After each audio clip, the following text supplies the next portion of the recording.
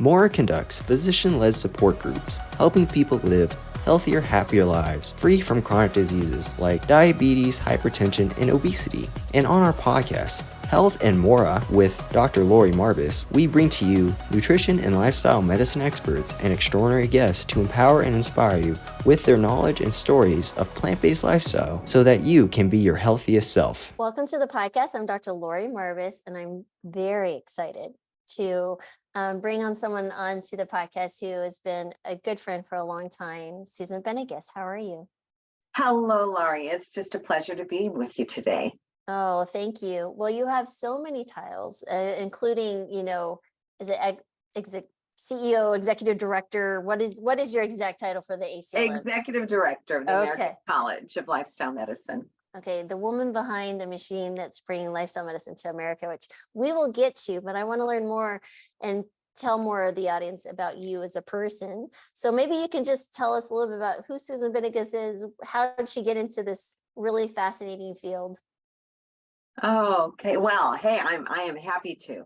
Well, I'd say like you, and as I always say about ACLM's members, purpose, passion-driven people who are united in a mission. And that's really how I'm wired. I'm definitely wired that I feel like every morning when I wake up, it's my calling to try to make the world better than when I found it when I woke up, when I go to bed at night. And so that's really what drives me. And I do feel that you and I both, and so many of our colleagues, we're on a mission, right? To transform health and redefine healthcare. And it's one of the most important missions of our time. And so I'm often asked, because unlike you, I am not a physician, I'm not a clinician. My background is the business side. I bring the marketing and PR and operational management and leadership to the scene. And it takes a village to transform a healthcare system, right? So it takes all of our different skill sets. And so back, kind of the recent sort of trajectory, what led me into my role with ACLM, and I've been in this role for 9 years now. Can't believe 9 years. But I was president of a worksite health promotion company back, many, many years ago. And so this was around, 2006, 7, 8, in those years. And I really became pretty disillusioned. I mean, we were going in and doing biometric assessments and health risk assessments, biometrics. And when anyone was identified to have a chronic condition, it was always, oh, well, you need to see your primary care doc and get a script. And then it was always about beating the drum of medication persistency. And that was just the status quo. Everybody did that. So we were doing that. And, we had health coaching and other services like that. But I finally stepped back and thought, something is wrong here.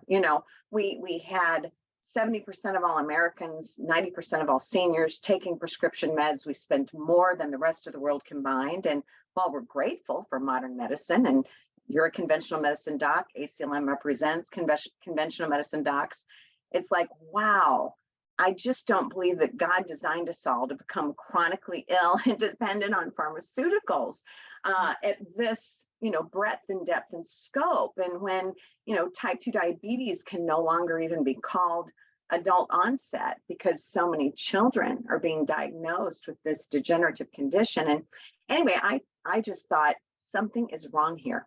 I was starting to question it. And I was invited to a presentation by a local oncologist in St. Louis, where I now live. And she stood up and started talking about the poor health she had found herself in her early 50s, fibromyalgia, a skin condition, some arthritis.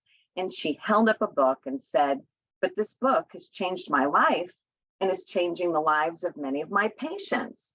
And it was the China study by T. Colin Campbell.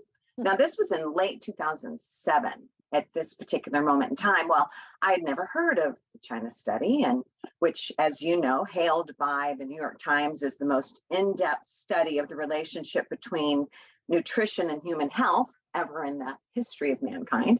Well, I go out and buy the book, and I start reading this book, could not put it down. And I refer to it as the catalyst of my paradigm shift, because not only did it connect the dots between our food choices and our optimal health or lack thereof, but really kind of shine this light on the fact that we didn't really have a healthcare system, more of a disease and disability care system. And oh my goodness, it was like a blinding flash of the obvious, and very much changed the trajectory of my life. That you know, and that was kind of the start. But my background is on the business side and the marketing side, and so I became very passionate about what needed to happen to contribute to bringing us into a system of healthcare, real healthcare that was focused on treating root causes of disease. So many questions. I love it, because the China study was also, it was a patient incident that occurred that led me to Google, led me to the China study 11 years ago. So in 2012, so I'm 5 years behind you on that revelation, and enjoying literally 400 pages of just continual reading in 2 days. I totally get it. So I'm curious, so from that point, what were your next steps? So was that Plantrition project? How did you meet Scott and Tom? Like, how did that relationship evolve? No, great question. Well, I found myself at the time that I had this aha moment of, oh my goodness, I was running a worksite health promotion company at the time. And I realized that even in our communications campaigns and things that we were pushing out based on this newfound knowledge, I'm like, oh my gosh, we're lying to people unbeknownst. And so, a few things happened in my professional career, but I ended up just feeling called and truly like passionate about the need to fill the gaping void of education on food as medicine. That was really my impetus. And so I ended up writing a conceptual overview for something that I called the Plantrition Project. And the Plantrition Project, in its conceptual overview, was to be a not-for-profit that would produce educational events, tools, and resources for medical professionals and those they serve about the efficacy of whole food, plant predominant nutrition to prevent, treat, and often even reverse chronic disease. And so I wrote this conceptual overview, and I just really, believed at the time that others would feel as passionate as I did about it and would join with me in making this a reality. And I knew I needed, clinician involvement in this. And a dear friend of mine, Jim Hicks, who went on to write Healthy Eating Healthy World and the 4-Leaf Guide to Vibrant Health, he happened to meet Scott Stoll, Dr. Scott Stoll. And he called me and said, Susan, can I give Scott one of the conceptual overviews for the Plantrition Project? It was about a 28-page document. And so he did, and Scott loved it. And so we ended up talking. Now, this was flash forward. This would have been probably in 2012, late 2012. And so about the time that you had your aha paradigm shift. And so Scott said that Scott and a colleague of his, Tom Dunham, had been running these health immersions for several years, doing so for Whole Foods Market, because John Mackey, former CEO of Whole Foods, was passionate about food as medicine and lifestyle medicine, and had been supporting his employees in participating in these 7-day health immersions that still exist today, total health immersions. And so Scott said, well, Tom and I have been talking about producing a medical conference based on this subject matter. And I said, well, that's what I do. I mean, I've produced these sorts of, large events, and I produced something in St. Louis back in 2004 called Get Hooked on Health St. Louis. And we drew about 36,000 to our first expo that year. But Wow. that was even before I'd had my, paradigm shift. So flash forward, it was in just a few months of discussion, and Scott and Tom and I said, okay, let's join forces. And it must have been in about April or May of 2013, and said, let's produce the first conference. And so we did host the first International Plant-Based Nutrition Healthcare Conference in the fall of 2013. And so the 10th annual International Plant-Based Nutrition Healthcare Conference just took place this last fall. And I know, Laurie, you've been so involved with the Plantrition Project and the International Journal of Disease Reversal. And so that was really what thrust me into this world of lifestyle medicine and food as medicine. And I became convinced that to really transform, to systemically transform healthcare, that it was the field of lifestyle medicine that would be that, the foundation of that. And lifestyle medicine, of course, representing all 6 pillars. I say often that I believe food trumps all, many agree. So a whole food, plant predominant dietary lifestyle, regular physical activity, restorative sleep, stress management, the avoidance of risky substances, and positive social connection that brings meaning and purpose. So those 6 pillars. And so this just sort of corresponded with ACLM reaching out and inviting me to join as their executive director. And so I did in March of 2014, and continue to serve on the board of directors of the Plantrition Project. Will always be a founding member of that board. And that's an important home that just focuses on the food as medicine piece, whereas lifestyle medicine is the field, and the American College of Lifestyle Medicine is the medical professional home representing that field. That is what's really, the momentum is there. When I joined, ACLM had 380 members, and we now have over 10,000 members. So the wind is in the sails of lifestyle medicine, and certainly with food as medicine being a important, perhaps the most important of the 6 pillars that lifestyle medicine represents. Wow. No, that's amazing. So I love that. It's the medical professional home. Absolutely. And it's such a great place for people to start, or who are still practicing medicine. And so whenever I go to these conferences, be it the Plantrition Project or the ACLM, my husband goes, "Oh, you're going back to the mothership to plug in." I'm like, yes, I am. So I love that. Yeah, it's literally getting recharged and then go out into my space and do my thing. It's lovely. And so tell us the challenges of running such a, you're starting small, and you and one other part-time person, to this massive organization that's affecting lives across the world. I mean, it's just must be quite a journey. Well, I absolutely don't even see it as a job.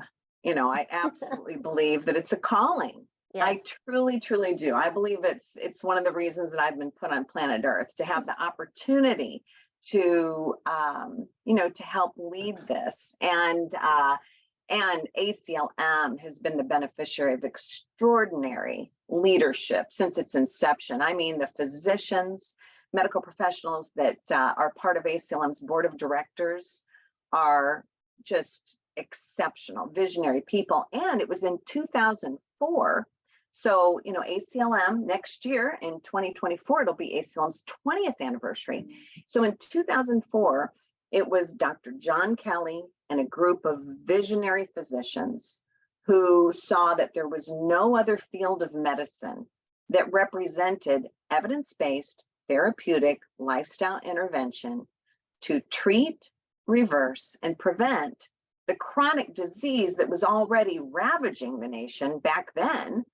And so they knew that there needed to be this medical professional home for the physicians who truly were dedicated to treating root causes of disease.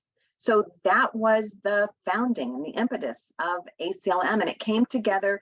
It was physician doctoral only in its membership composition for many years, and it was volunteer physician led almost most of the years until I joined. And it was in 2012 that, recognizing that the field of lifestyle medicine is an interdisciplinary, team-based field, that approach is what's most advantageous to really serving patients and supporting their health journeys and optimal outcomes. So in 2012, ACLM opened and welcomed allied health professionals to join as members, and then expanded a few years later to healthcare executives as well. And so the growth was actually quite small up until the time that I joined, because by and large it had been volunteer led. Dr. Mark Grayman, one of the founding physicians, had stepped in for a short time to hold the executive director post. So when I joined, as I said, there were about 380 members. But what has been unique since ACLM's inception is that as a medical professional home that represents a field, unlike dermatology, for example, very important field, but it isn't a field that's on a mission to transform health and redefine healthcare in the country. You know, either are the gastroenterologists, right, or the cardiologists, all incredibly important fields, and all of which benefit from lifestyle medicine being the foundation of them. But the American College of Lifestyle Medicine, I will often say, represents a galvanized force for change. You know, these are physicians like yourself and others, and medical professionals who understand what's at stake. They understand what's at stake. They know that we cannot continue on a trajectory of simply diagnosing symptoms and treating those symptoms with ever increasing quantities of pills and procedures. You know, that is not in the best interest of providers or patients, and that we must shift to an approach that leads with a lifestyle medicine first approach that focuses on identifying and eradicating the root cause of disease with the clinical outcome goal of health restoration, as opposed to simply defaulting to a lifetime of disease management. You know, and patients have a right to know that they have this option, that they have an option to a lifestyle medicine first approach. And because, you know, hey, you know better than all of us that heart disease, type 2 diabetes, I mean, these are preventable conditions that even are treatable and often even reversible through lifestyle intervention. What someone is eating, how they're moving, how they're sleeping, you know, the pillars of lifestyle medicine. And so, yeah, this is, it's just such an honor and such a joy to work with incredible leaders in this space, and with a dedicated staff, and that now is, you know, started with one part-time event coordinator 9 years ago, now over 40 on staff that are spread out across 20 states. We like to say we were virtual before virtual was cool. But it's just exciting to see the momentum, the passion, and we hear every week from new members that, oh my gosh, I didn't even know that the American College of Lifestyle Medicine existed. I have found my home. And that is really inspiring to hear. Yeah, just to reflect on what you're saying, like you said, there's these specialties in physicians, family medicine, internal medicine, GI, whatever it may be. When you go to those conferences as a provider, as a physician, it's very much about, like you're describing, it's the reaction to disease, right? You're prescribing medications, you need to send for these interventions, even what they consider, being proactive and screening. It's just finding disease in an earlier state. There's no discussion of true prevention. It's just what they describe as prevention. But it's such a different feeling when you step into those organizations and go to those conferences. They're feeding you unhealthy foods. People are tired. They're talking and complaining about work. But then you go to the ACLM conferences. It's like you're so excited to talk to an entire team. Like you said, the nurses, the PT, the speech therapist, whoever, the entire spectrum of healthcare is there, from administration to the clinicians. And it's like energizing. It's like you said, it's that galvanizing, mission driven, you're just different. It's just different. And so getting back to that, I can totally tell you that feeling, that energy, you walk away just so excited every morning to get up and go talk to more people and meet more people. Where do you feel the next steps are for the ACLM as you're growing in this burgeoning members? My goodness. I feel like you could just do so much. Well, yes. And, even though the growth has been extraordinary, going in 9 years from 380 members to over 10,000, I know that we've barely scraped the surface. When we think about the fact that there are, over 400,000 primary care docs alone in this country, there's another nearly 500,000 all other physicians. We have 5 million or 4+ million, close to 5 million nurses. We have 12, 13 million registered dietitians. I mean, there are a lot of medical professionals out there. And ACLM's vision is that we have a nation and world in which lifestyle medicine is the foundation of health and all healthcare. There's really no other field of medicine that can say that can advocate that it be the foundation of all. And yet, treating root causes of disease, identifying and eradicating the root cause of disease should be the foundation of all. And so ACLM's priority has been to help fill the gaping void of lifestyle medicine, which includes food as medicine, in medical education across the entire continuum. And that's a big job. And we're, of course, not the only ones doing it, but we like to think that we're definitely on the forefront. On the forefront. Yeah. And so we do this across the continuum. And, oftentimes, we'll even hear of a lot of initiatives coming out of Washington, D.C. advocating for here, and it's very exciting here in the last year, integration of food as medicine in medical education, for example. Yes, very important. And ACLM does focus on that. We have pre-professional curriculum. We have Lifestyle Medicine 101 that was developed by our president, Beth Frades, who's with Harvard. And that's available as a free resource. We have the culinary medicine curriculum developed by Michelle Hauser, one of our former board members out at Stanford, a physician and a chef. That's available as a free resource. It's been downloaded over 9,000 times off of our website. We have lifestyle medicine interest groups now on, I think close to 130 campuses across the country. So a lot that's going in to support pre-professional and undergraduate medical education. We work very collaboratively with University of South Carolina, Greenville, and ELMED, because they also offer a free open source lifestyle medicine curricula for medical education. And then we moved to GME, to graduate medical education. And it was just 4 years ago that we launched the lifestyle medicine residency curriculum. It's now licensed into around 202, I think is the number, programs, residency programs across the country, over half of which are family medicine residencies. And so every year we're expanding that into more and more residency programs. So this is addressing this, new crop medical professionals, of physicians that will be coming in and taking over. And we find that they are especially purpose, passion driven. They really do want to be the change they want to see in the world, and they want to practice a different way. So that's important. But as you well know, when we have,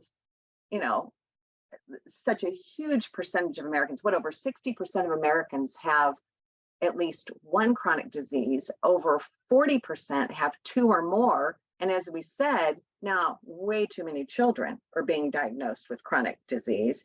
We don't really have time to wait until a whole new generation of medical professionals takes over. So we must focus as well very heavily on continuing medical education.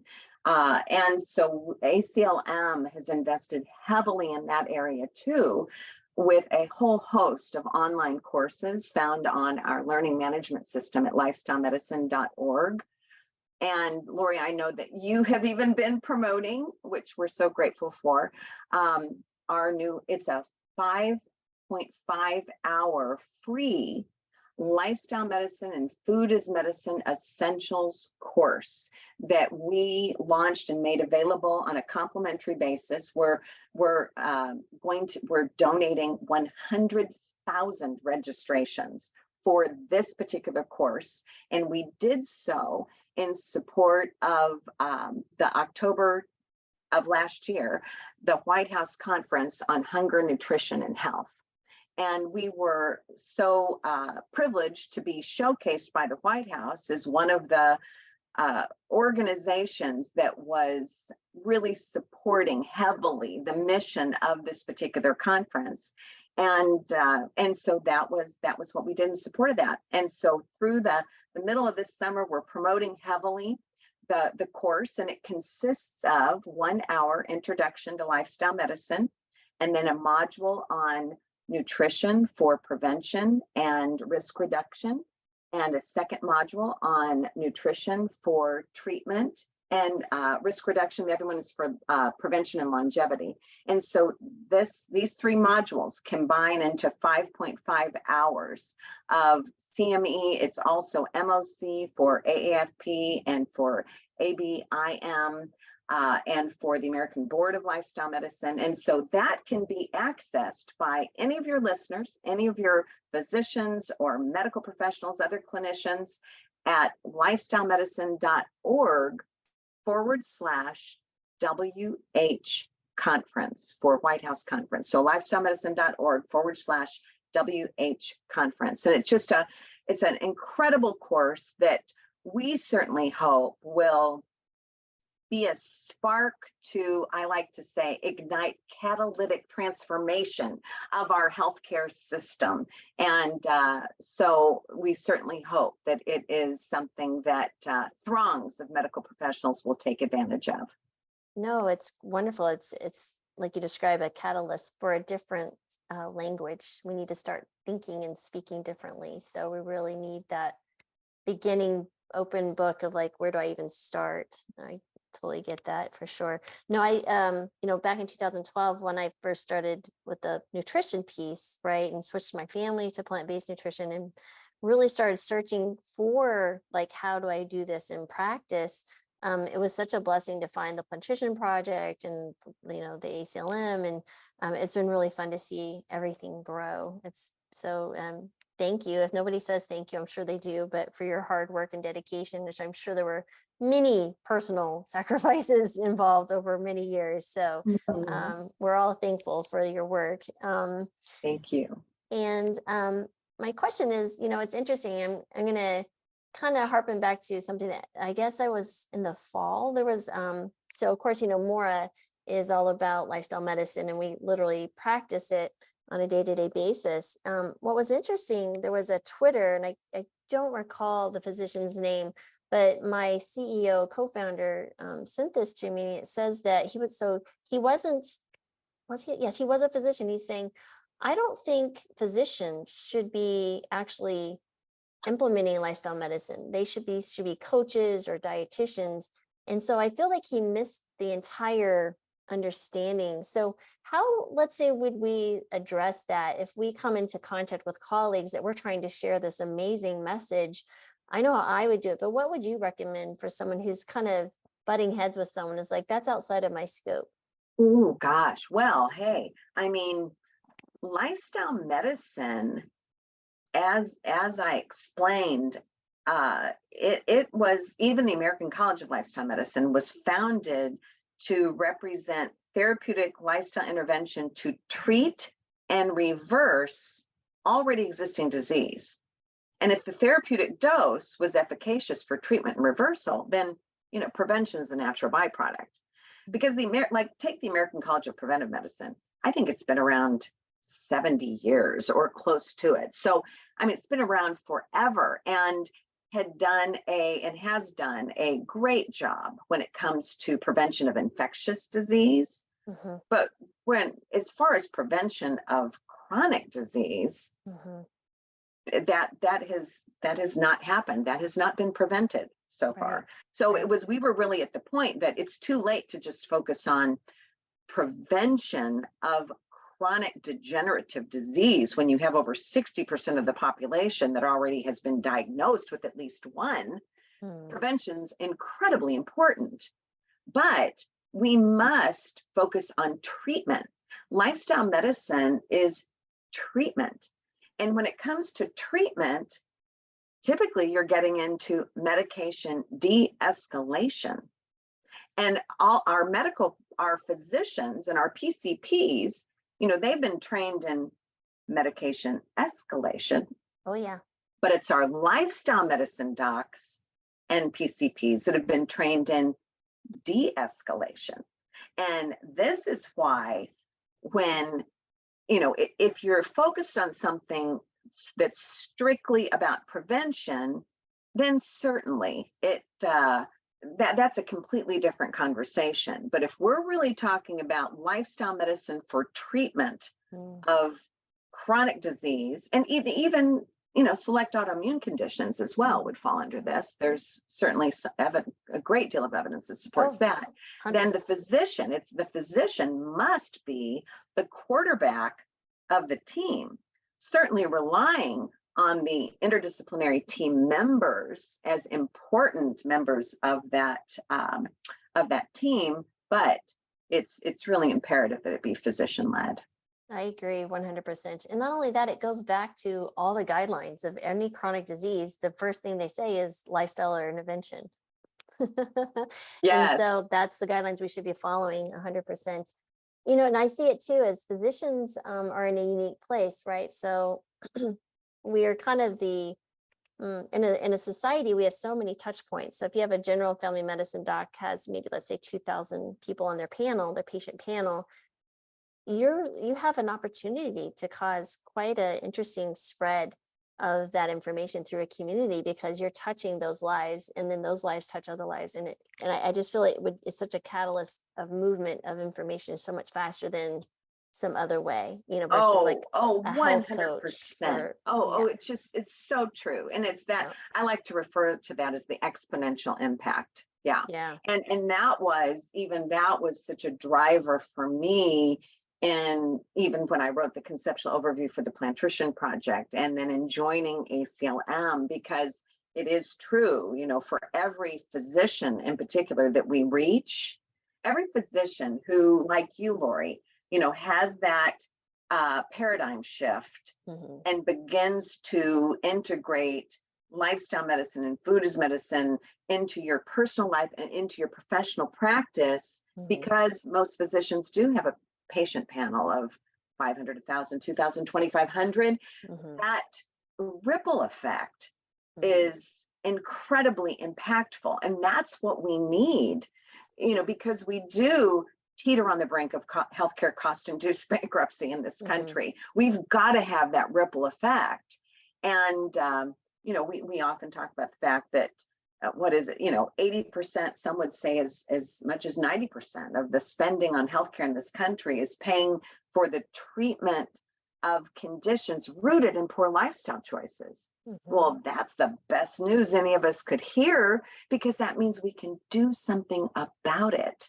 before it's too late. And Mhm. so that exponential impact is really, really important, and certainly what the Plant Nutrition Project and the American College of Lifestyle Medicine both represent. I love it. But you also partner with municipalities. So I know you worked Yeah. with like Eric Adams in New York. Could you tell us a little bit about that? Because that was really awesome to hear about. Yes, yes. Well, Eric Adams has been such a champion for lifestyle medicine and a whole food, plant predominant dietary lifestyle for many years, even when he was president of the Brooklyn Borough, because his story that many, many probably in your listening audience have heard, he was diagnosed with type 2 diabetes. He was losing his sight in one eye, starting to have neuropathy in his feet, and had been told by his physicians who were not trained in lifestyle medicine that he was just going to have to accept the fact that he would face a lifetime of ever increasing medications to manage his disease. And so he just did not want to accept that. And he began voraciously searching online for alternatives. What could he do? And he was led to Prevent and Reverse Heart Disease, a book written by one of ACLM's founding members, Dr. Caldwell Esselstyn. And so Eric reached out to Dr. Esselstyn, and that was what set Eric on this trajectory. It was following the prescriptive therapeutic intervention of Dr. Caldwell Esselstyn that then Brooklyn Borough Adams adopted a whole new way of eating, began to exercise and incorporate the principles of lifestyle medicine into his life, regained his sight. The neuropathy left. He was able to titrate off of all of his medications and is in total remission, and became a real champion of this. And so one of our former board members, Dr. Michelle McMacken, she now serves as Director of Nutrition and Lifestyle Medicine for Health and Hospitals in New York, which is the largest public health system in the United States. And it was just this past December that our immediate past president, Dr. Kate Collings, was there on stage for a press conference with now New York City Mayor Eric Adams and CEOs from about 20 health systems across New York, including health and hospitals. Dr. Mitchell Katz was there from representing that system. And Eric Adams, along with these CEOs, they made an announcement that they were committed to infusing lifestyle medicine into the health systems throughout New York City, leveraging as a primary tool the 5.5 hour lifestyle medicine and food as medicine essential CME accredited course that we just talked about, that ACLM is offering free of charge at lifestylemedicine.org/WH conference. And so that is so exciting to see someone with a voice and a platform like New York City's mayor, arguably one of the most high profile cities in the country, who is such an advocate and has such a powerful personal testimonial of health restoration, and really wants to see this be made available, a lifestyle medicine first approach to healthcare be made available to all in his city, and certainly shares ACLM's vision of it becoming the foundation of health and all healthcare. Exactly. That's fantastic. And yeah, I've interviewed Eric a few times, and it's a really fun story. So we'll make sure and put the links to the CME and his recordings as well, if someone wants to dive deeper. So going back a little bit to your first history, and you were on site, work health, well-being. So now I'm involved through Dexter Sherney, who's been such a dear mentor of mine and friend. And he got me involved with Hero. I don't know if you're familiar with Yeah. Hero. So I've been, we're a member now and been going to a few of those conferences. And it's really interesting to discuss with them there because of Dexter and his energy and enthusiasm and brains of just sharing this message. They're really intrigued by lifestyle medicine. So it's really fascinating to listen just as a fly on the wall when employers speak and wellness individuals speak.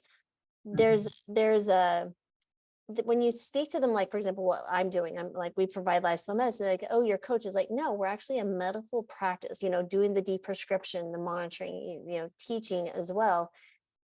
How do you feel like, let's say someone's listening to this and they want to bring, they're not a clinician, but maybe they can bring this into their employer. Where have you seen this type of shift, and how, crossing the boundary of safety and wellness, and how does that work? Any thoughts or suggestions on that? Because I see this as an opportunity that could bring safety from occupational medicine piece and wellness together. Oh my goodness, Lori, absolutely. When we talk about the fact that sadly in our nation, there's immense profit in disease, right? Yeah. Yes. There's immense profit in disease. And so that is why so much of our health care, quote unquote, is really disease and disability care. And that's a really important thing for us all to sort of just digest in our minds. Yet, when we think about for whom is there immense profit in optimal health, it's our self-funded employers. Not only because they are paying for their own employees' healthcare costs, but just from the fact of absenteeism and presenteeism and all of these other things. And I don't think that our mid-size and large self-funded employers really understand the power they have, even in customizing their own benefit designs with their TPAs. And I believe that once the light bulb really comes on for them and they really understand the power of lifestyle medicine to treat, often even reverse, and certainly prevent the chronic disease that is so debilitating to such a big percentage of our workforce, once they understand that, then they will want to push for coverage of things that are lifestyle related, that lead with a lifestyle medicine first approach. And so that is such an important point. And Dexter Sherney is one of our past presidents. Dexter was a former, chief medical officer and vice president of global benefits for Cummins Corporation, Fortune 250 company out of Indiana. And he's had just really, high profile roles with large insurers, and he's such a champion for this, and is going to be the incoming chairman of Hero, as a matter of fact. And Hero is a great organization that is, that so represents large employers. As a matter of fact, I have the opportunity to speak here in the next few weeks at the St. Louis Area Business Health Coalition, and along with one of our members, Dr. Deviani Hunt. And I think that these business health coalitions that are typically in almost all the major markets across the country that represent our mid-size and large self-funded employer populations, they're just clamoring for solutions, because what we know in worksite health promotion, for example, billions have been really wasted on quote unquote wellness, because it's been short-term Biggest Losers, or it's gamification of different things that may produce short-term results. But even Dr. D. Eddington out of University of Michigan, he was, one of the first health risk assessments was created under his leadership, and found that in most of these employer groups, it was like 98% of employees that lost weight gained it back, and some, because it wasn't focused on identifying and eradicating the root cause. It wasn't taking a lifestyle medicine first approach. And that's what's so imperative. And so there is just incredible need within our self-funded employer populations. And we need, scalable solutions that that can be implemented into those employer populations that really do educate, equip, and empower those employees to understand that they can take far greater control of their health destinies. And we really need to, and Dexter was such an advocate too, that, part of that mix is we must then, employers need to understand that it's important, to the best of their ability, that the physicians that are interfacing with those employees be effectively trained and ideally certified in the field of lifestyle medicine. And certification of the field comes through the American Board of Lifestyle Medicine. No, 100%. Yeah, it's been really fascinating when you talk about a scalable solution is what we have or what we're building, right? And because it's done virtually, it's multi-state. But the cool thing about our pilots that we're running with these larger employer groups is the community is already built.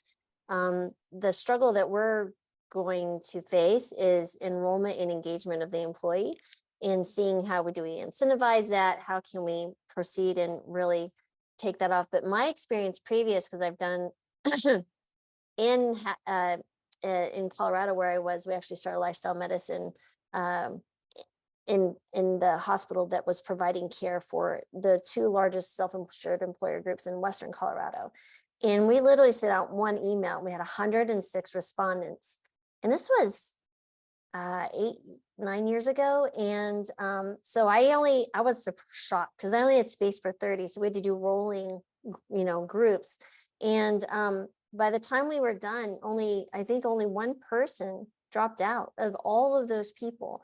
And what's fascinating is, so if you're sending the message and people see that difference and they're working together and they're getting better, I feel like this will be its own incentive, right? And so, but it is curious to see. So I love that, you're looking at and getting involved with the self-insured employer groups, and that you're speaking and people are hearing that. It's such an important message. It is such an important message because it's our self-funded employers that really have, I hope they understand their power and influence, because they can truly, by embracing a lifestyle medicine first of all, they're going to see, they will see far superior outcomes. They will rein in their costs. They'll heighten productivity. They'll decrease absenteeism. All of these things will be plus, and it will really help to fuel the transformation that we know our nation so desperately needs. And I will say that, there's some bright lights that are happening.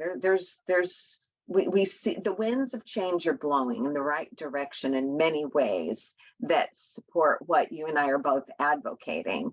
COVID has been tragic in so many ways, yet it's shown a bright light on the urgent need to address the underlying conditions that exacerbated the virus's most harmful effects. And the disproportionate impact on our underserved communities. Right. Well, those underlying conditions, by and large, lifestyle-related chronic disease. And so it has definitely heightened awareness and put this subject matter on more of a national stage. I mean, we're hearing about food as medicine all over the place. Sadly, it isn't always defined consistently. Right. And, there's food as medicine, and then there's food as medicine to treat and often even reverse already existing disease.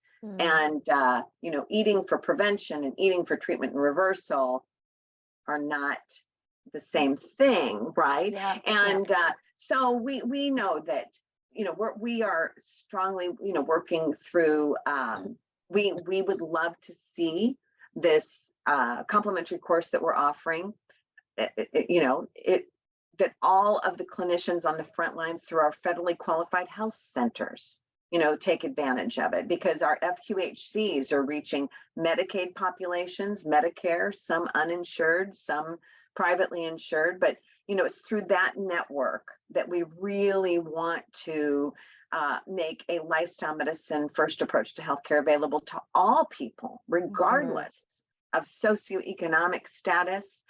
We know that, of course, chronic disease is going to be most prevalent in our Medicare population. Well, we're all hearing about pending insolvency of Medicare. Well, okay, let's empower those folks, and let's train the physicians that see Medicare patients in evidence-based lifestyle medicine. Let's urge them all to become certified through the American Board of Lifestyle Medicine. So those Medicare patients that are suffering from debilitating chronic disease, we can rein in those costs and begin to restore their health.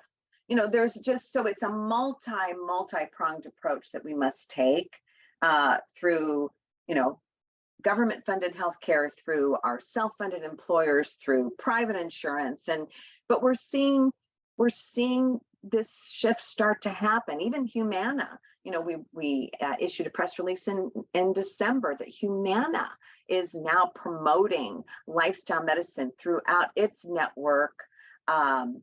And that is really good news, especially in its Medicare Advantage network. And it is even reimbursing training and certification for its providers within its network. I mean, that's just really, really exciting to see just that kind of forward vision and action being brought to the table. Accountable care organizations, ACOs are charged with reining in costs, right, and producing superior patient outcomes. Well, I think initially when the ACO model launched, it was like, oh, well, we just need to reduce utilization. That's the only way we know how to reduce cost. And, we've been sitting there going, oh, but lifestyle medicine, it's the secret sauce of an effective accountable care organization, because it will rein in costs and produce superior outcomes. So some of these models, the ACO, as we shift to more value-based care, this move in that direction is really consistent with and benefits from full integration of lifestyle medicine into those risk-based models. Oh, yes, absolutely. Yes. The value-based care, one of our pilots is in a value-based care kind of setup. So those cost savings are shifted towards the providers who are providing the care that prevent the disease to begin with, or, treating it. I love how you describe that. It really is, the conversation should resolve around, your treatment. It is an absolute treatment for chronic disease.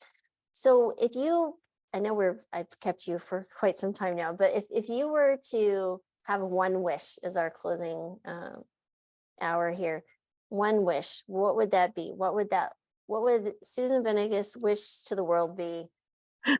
Besides world peace? Yes, besides world peace and a few other things. What would that be? Well, in the context of our discussion today, it would be that a bright light be shown on truth as it relates to our health, and that people would be empowered with the knowledge that what they eat, how they move, how they sleep, how they manage their stress, the power of their social connection, all of these things will either lead toward health or in the opposite direction, by and large. And that, so in a nutshell, that all of our providers across the United States and around the world would be adequately trained in evidence-based lifestyle medicine and certified in the field through the American Board of Lifestyle Medicine, or outside of our borders through the International Board of Lifestyle Medicine, because this would, in the words of one of our former presidents, David Katz, would say, this would add years to lives and a life to years. And we really do need that, because too much potentials going to the grave. And we need people and their providers to be empowered with the good news of lifestyle medicine. I like it. It's the good news and let the truth be shown. That's fantastic. Well, thank you again, Susan, and everyone. Please look at the links below. lifestylemedicine.org/WH conference will be there. And then, of course, some of those other links as well that we discussed. So thank you, Susan, for joining us today. Thank you, Laurie. My pleasure. Thanks for watching, and I hope you enjoyed that video. Before you go though, please hit the subscribe and alert buttons so you don't miss out on any of the amazing content we're working so hard to provide you. We upload a new episode of Health and More with Dr. Lori Marbas every Friday. Now, if you'd rather listen to the podcast, you can find us on all the major platforms such as iTunes, Google Play, SoundCloud, and even Spotify. If you're looking for amazing resources to help you start and sustain a plant-based diet, exercise, recipes, or anything wellness, we got you covered there too. Because at Mora, we actually provide physician-led support groups to help people live happier, healthier lives free of metabolic disease. Don't forget to check out our website at mora.com, and thanks again for watching.